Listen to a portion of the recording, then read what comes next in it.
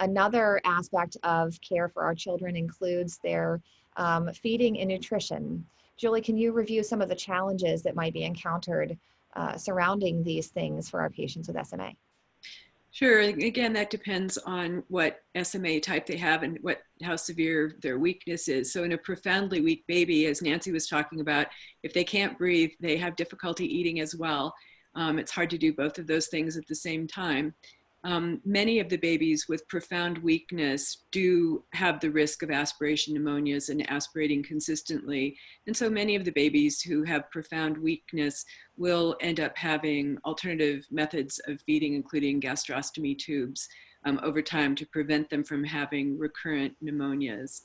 As patients get a little bit older, interestingly, there are other issues that come up in terms of gastrointestinal problems. And a couple of them are that the young adults and older patients, many of them have restricted mouth opening. And so they will have difficulty with having fluid movement of their masseter in terms of chewing and swallowing food.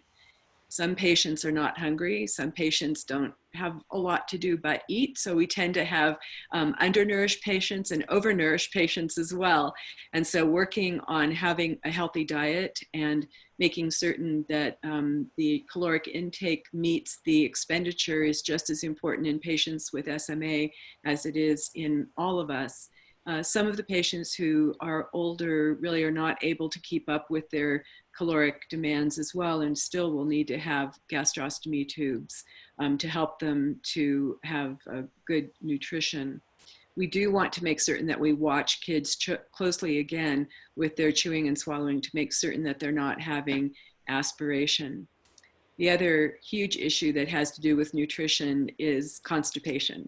And so from very early on, again, weak babies tend to be constipated, and children and adults who have neuromuscular weakness also have big issues with constipation. So I think keeping on top of that and being very proactive in terms of diet, fluid, nutrition, and many of our patients are on Miralax or some other supplement to help them have soft stools has been an issue as well in terms of just helping with quality of life. We also understand that it's extremely important for patients with SMA, particularly as they get older, to stay very well hydrated so that they have good urine production and good urine flow. Many of our young adults or our kids that are in high school who are seated are not interested in drinking a lot because they don't want to have to go to the bathroom. And consequently, the incidence of kidney stones is higher in this population of patients as well. So I think starting with good nutrition and fluid balance early on in diagnosis is also important for these patients over a lifespan.